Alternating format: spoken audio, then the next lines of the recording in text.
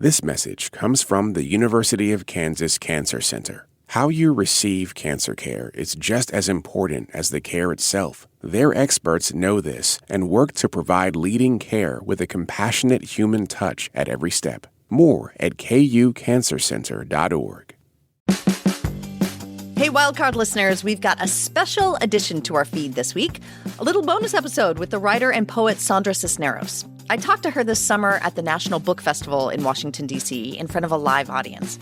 Sandra is most famous for writing a novel called The House on Mango Street, which centered the life and the voice of a young Chincana in a time when not a lot of books like that were getting published. We were talking as a way to mark the 40th anniversary of that book. But to my extreme delight, Sandra was up for playing an abbreviated version of Wildcard on stage. And that's what we're sharing with you today. I was nervous because I wasn't sure if being in front of a big crowd would kill the intimacy of the game, but instead it created an exciting energy in the room. Could have been the fact that everyone there was hanging on her every word. I mean, she is so very good at words, after all. It was also one of the rare times I got to actually interview a guest in person. And Sandra used the opportunity to put her hands up to the cards and actually catch a vibe from them that determined which one she chose. It was really fun. Okay, here's my live conversation with Sandra Cisneros. Okay, so there's 3 rounds, folks, in this game. And there are a couple of things to remember. You have 2 tools at your disposal. You have a skip. So if a question isn't resonating with you, you can just say, skip, please, and I'll replace it with another question from the deck. And you have a flip. The flip puts me on the spot. You can ask me to answer the question before you. You do not have to deploy either of these tools, but they are there for you, okay? And when we get to the end, there's a special treat. I'm not going to tell you what it is. Food? Mm-hmm. It's not Rice Krispie treats, just in case you're wondering. Well, I would like Rice Krispie treats. I love a good Rice Krispie treat. Okay, 3 cards. The thing with this game is that you get to pick 1, 2, or 3. Okay, can you put them near me? Yeah, but you can't read them, Sandra. I'm not reading them. Oh, you're feeling them. Oh, I like it. 2. Who was an adult besides your parents who had an influence on you, for good or for ill? Oh. You know, there were people that came into my life, I'm very lucky, that had big influence on helping me to lose shame and to be more courageous about speaking out. And the first person who did that was 6th grade, when I changed schools. And I had just gotten a new pair of glasses, and they were little blue cat eyes. I'm still wearing cat eyes. From Sears. And I remember we changed schools, and the teacher took one of my drawings and took it off my desk, and I just felt my heart just leap. I thought she was going to do what they did at the other school, which is, you know, make an example of you and make fun of you of what you're not supposed to do, because that's how they did it at the other school. So my heart leapt, and I thought, oh, what have I done wrong? She took my drawing, and she push-pinned it center front of the room and said, look what our new student has created, this beautiful drawing. And I, you mean that's good? You know, no one had ever acknowledged art as being something positive in my last school, and no one had ever seen me. And the fact that she was promoting and celebrating me made me think I had fooled her because of my little blue glasses. And I thought, oh, she thinks I'm smart. Ay, pobrecita. So I thought, well, I'm going to do something, you know, I'll try harder because she's obviously mistaken. So I will try a little harder. And I did something I never did at my other school, and that's when I knew an answer, I would raise my hand. And gradually my grades moved up from D's and C's to C's and B's. And by the time I graduated, I was an A and B student. And that teacher taught me something, and that is that when you love your students know it. Mm-hmm. And when you don't love them, they know it too. That's not something they can teach you at a university. You either love your students or you don't. And this teacher loved us, and she nourished us with that love. So, of course, I had to step up my game. I had to meet that love. And I will never forget her, but I've forgotten her name. But I will never forget her. The reason why I forgot her name is because I only knew her for a few months because I graduated to the next class. I came mid-year. But I know, I see her, and I've acknowledged her in the acknowledgments of my last book of poetry. I call her Mrs. So-and-so. And Mrs. So-and-so was kind and loving. And when you're an insecure child, you need big doses of love. Yeah. It's a reminder to all of us when we see children in our lives that to just pay attention. Yeah, she came at just the right time. And we changed schools because of pipes that broke in our brownstone. And I thank God for those broken pipes. I wouldn't be here today if we hadn't changed schools. Yeah, that's like that.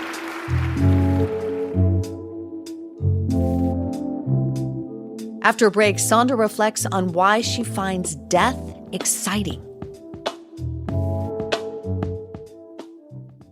This message comes from our sponsor, Grainger. This is the story of the one. As a maintenance engineer, he hears things differently. To the untrained ear, everything on his shop floor might sound fine, but he can hear gears grinding or a belt slipping. So he steps in to fix the problem at hand before it gets out of hand. And he knows Grainger's got the right product he needs to get the job done, which is music to his ears.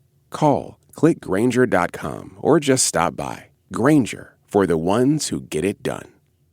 This message comes from Sun and Ski Sports, helping families make memories on the mountain. This Black Friday, save up to 50% on top brands for the outdoor adventurer in your life, with an extra 10% off select items online from November 19th to December 2nd. Visit your local Sun and Ski Sports to shop exclusive in-store offers, like enter to win a $200 shopping spree, or explore sunandski.com. Find yourself outside with Sun and Ski Sports. This message comes from Viking, committed to exploring the world in comfort. Journey through the heart of Europe on an elegant Viking longship with thoughtful service, destination-focused dining, and cultural enrichment on board and on shore. And every Viking voyage is all-inclusive with no children and no casinos. Discover more at Viking.com. This message comes from NPR sponsor Grammarly. You use multiple platforms every day at work. Writing is involved for most of them. That's why Grammarly works where you work. 96% of Grammarly users say it helps them create more impactful writing. It works across 500,000 apps and websites. With one click, go from editing drafts in hours to seconds. Sign up and download for free at Grammarly.com/podcast. That's GRAMMARLY.com/podcast. Easier said, done.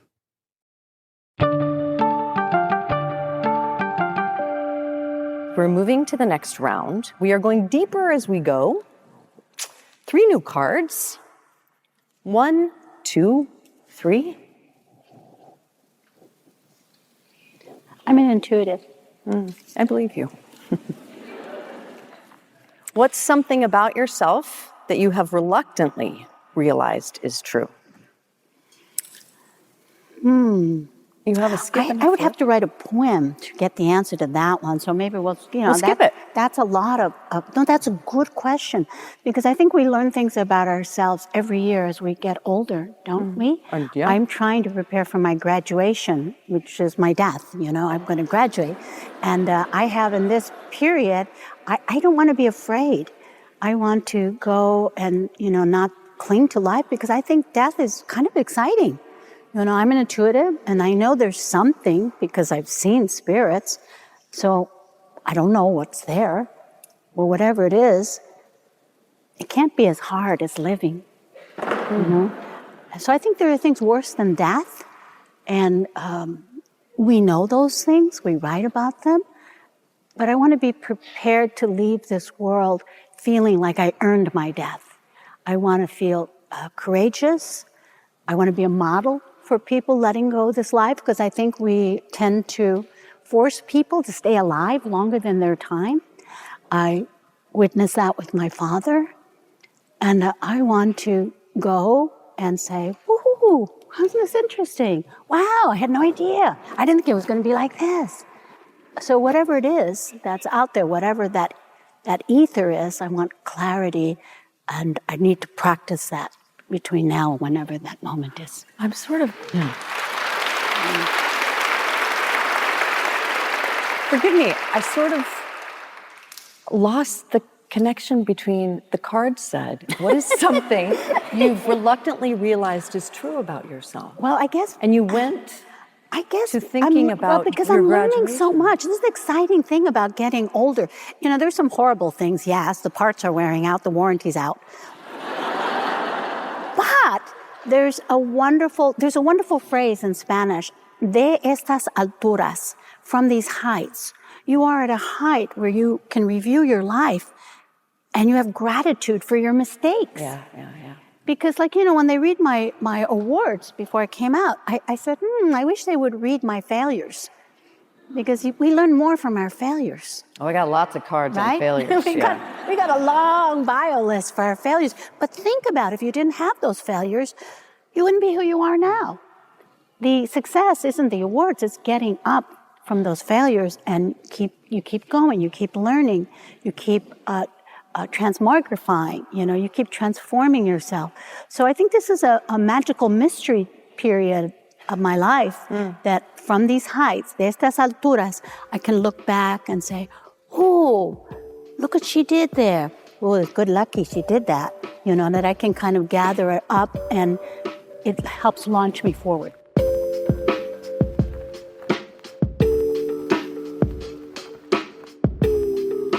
Our last round, 3 new cards, 1, 2, 3.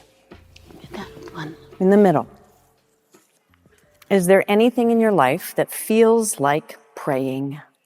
Writing poetry is praying. If we all wrote poems every day, we would be better human beings. If we all wrote about the things that strike our heart, good or bad, every day, even just a button, and by a button, you don't have to think of a beginning, middle, or end. Just write one little pearl button of something that touched your heart, good, bad, indifferent. That's all you have to do. You collect these, and then you put them all together, and it helps you to understand yourself. And for me, it has helped me. I suffer from depression, but I never have to take drugs. I just write poetry. I read poetry. Really? Yeah, I read poetry. When the poetry's not enough, then I see a therapist, But so far, I learned from my mistake that I don't have to get that depressed anymore. I know what to do now, from my mistakes. And, I had periods in my life where I wasn't writing. I wasn't connecting with people. I was in a new environment. I was meeting my specters, the thing that made me most terrified. And I was doing it all by myself, and I wasn't strong enough to handle all that. And I slid into like a 9-month depression and became very suicidal. And I think one of the things that we're ashamed about if we come from poor communities is that, we don't think of going to a therapist. We just kind of drink or take drugs or beat up people or get beaten up. We beat ourselves up. Very self-destructive behavior. Mm-hmm. Eat, that's sometimes people overeat from, they can't handle pain that life is giving them. But I never thought of going to see a therapist because I thought going to see a therapist was something wealthy people did, white people did, or people that were crazy, and or all of the above. And I didn't know that, like, if I'd had a wound on my body that didn't heal for 9 months, of course I would go to a doctor and not be ashamed. But I felt ashamed about going to seek a mental health specialist for my 9-month depression. And so that's something I talk about. If you've been depressed for over 9 months, it's not shameful. If you were in another community, you would go see a shaman or shamana, a curandera, and you can still see them too, but also go see a therapist. And there are sliding scales, so you don't have to worry that it's out of your reach. Sometimes you don't have to pay anything, but it's very important that you take care of your soul. And sometimes writing poetry isn't enough. There have been times in my life that it isn't enough. But poetry keeps me healthy. It's my medication. Reading poetry And if you don't know who to read, you can go to the library and get an anthology and read the writers that speak to your heart. But it's so important that we write poetry, that we read poetry. It's like what do they call that when they do that investigative surgery and they tend the camera in your body? What's that called? Laparoscopic surgery? Yeah, but like it's that for your heart. So you see, how am I? Well, let me see. I have to write a poem. See. And that's a great thing about writing poetry. You don't know what it's about. You don't know what it's about when you begin. You might begin writing about tulips, and then it tells you about your mother. I thought I was writing about tulips. And that's what's so great about it. It's a kite that you have to give it string, you have to follow it, you have to run. And then it lifts off, and when it picks your feet off the ground, that's it. But you have to compost the evil stuff that you're churning, if it's evil, often it is. And then when it composts and a little white flower blooms, you're done.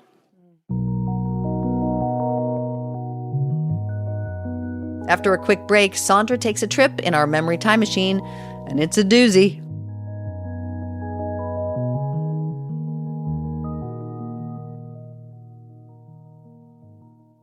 This message comes from Progressive Insurance. You call the shots on what's in your podcast queue. Now you can call them on your auto insurance too with the Name Your Price tool from Progressive. Tell Progressive how much you want to pay for car insurance, and they'll show you coverage options within your budget. Get your quote today at Progressive.com. Progressive Casualty Insurance Company and Affiliates. Price and coverage match limited by state law. This message comes from the University of Kansas Health System. Understanding a patient's concerns starts with one thing: listening. Their doctors work to build trust and understanding with every patient to help them feel more confident with their healthcare journey. No matter your condition or treatment needs, the University of Kansas Health System remembers you are a person first and always, because a better relationship means better care. Learn how clinical excellence delivered with compassion can help you at kansashealthsystem.com. This message comes from Progressive and its Name Your Price tool. Say how much you want to pay for car insurance, and they'll show coverage options within your budget. Visit Progressive.com. Progressive Casualty Insurance Company and Affiliates. Price and coverage match limited by state law. This message comes from Wise, the app for doing things in other currencies. Send, spend, or receive money internationally, and always get the real-time mid-market exchange rate with no hidden fees. Download the Wise app today or visit wise.com. T's and C's apply.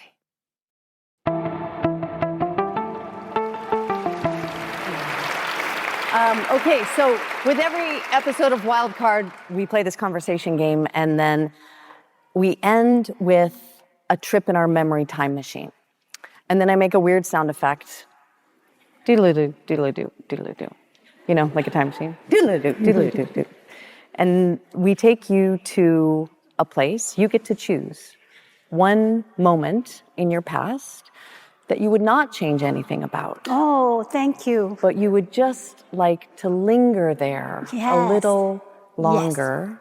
Yes. Can you take us I've there? written about it. It's called Akumal. It's a place in the Yucatan, away from Cancun, in that neck of the woods. And I had a mystical experience when I was very young. I've had a lot of mystical experiences, but that was like a major. I went there with my parents just before I started graduate school. And my father and mother were very interested in getting water, and we stopped. At that time, Akumal there were no hotels, no condos like now. It was just some hammocks strung up between palm trees and some little sheds selling drinks. And they left me alone, and I lay down on a very shallow body of water that was a little inlet.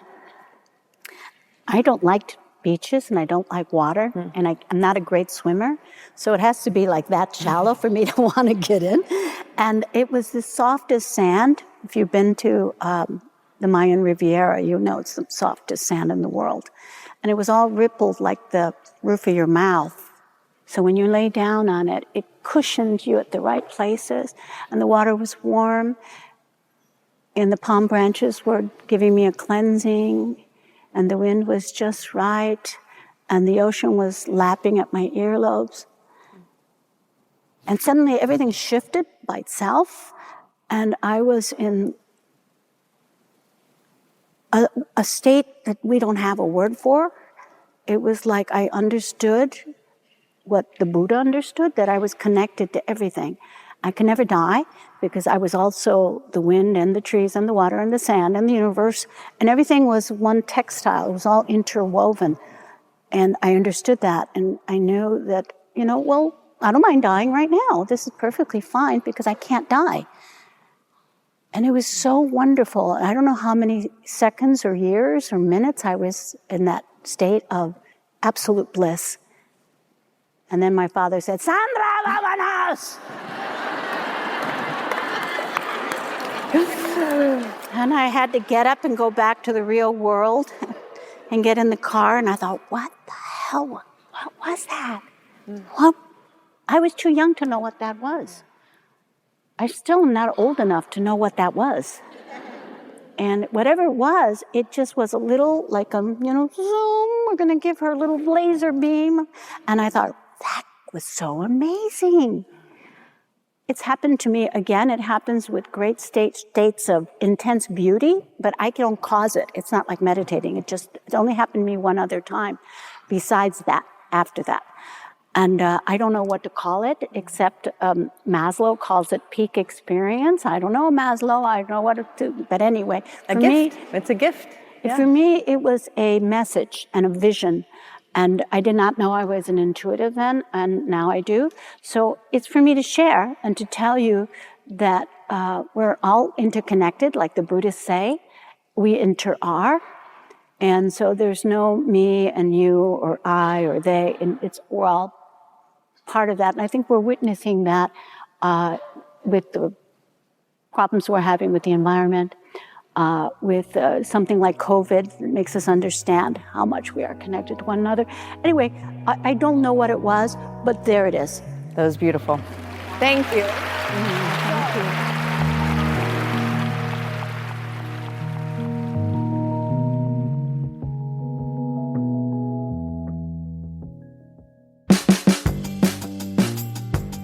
That's it for this special bonus episode of Wildcard. If you like this one, you should absolutely check out our episode with poet laureate Ada Limon. It's one of my favorites for sure. This episode was produced by Taylor Hutchison and edited by Dave Blanchard. Wildcard's executive producer is Beth Donovan. Our theme music is by Ramteen Arablui. You can reach out to us at wildcard@npr.org. We'll shuffle the deck and be back in your feed Thursday. See you then. This message comes from NPR sponsor Shopify, the global commerce platform that helps you sell and show up exactly the way you want to. Customize your online store to your style. Sign up for a $1 per month trial period at shopify.com/NPR.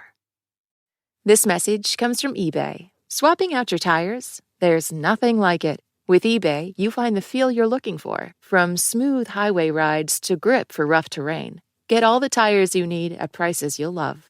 eBay. Things people love. Support for NPR and the following message come from GiveWell. Over 100,000 donors have used GiveWell to donate more than $1 billion.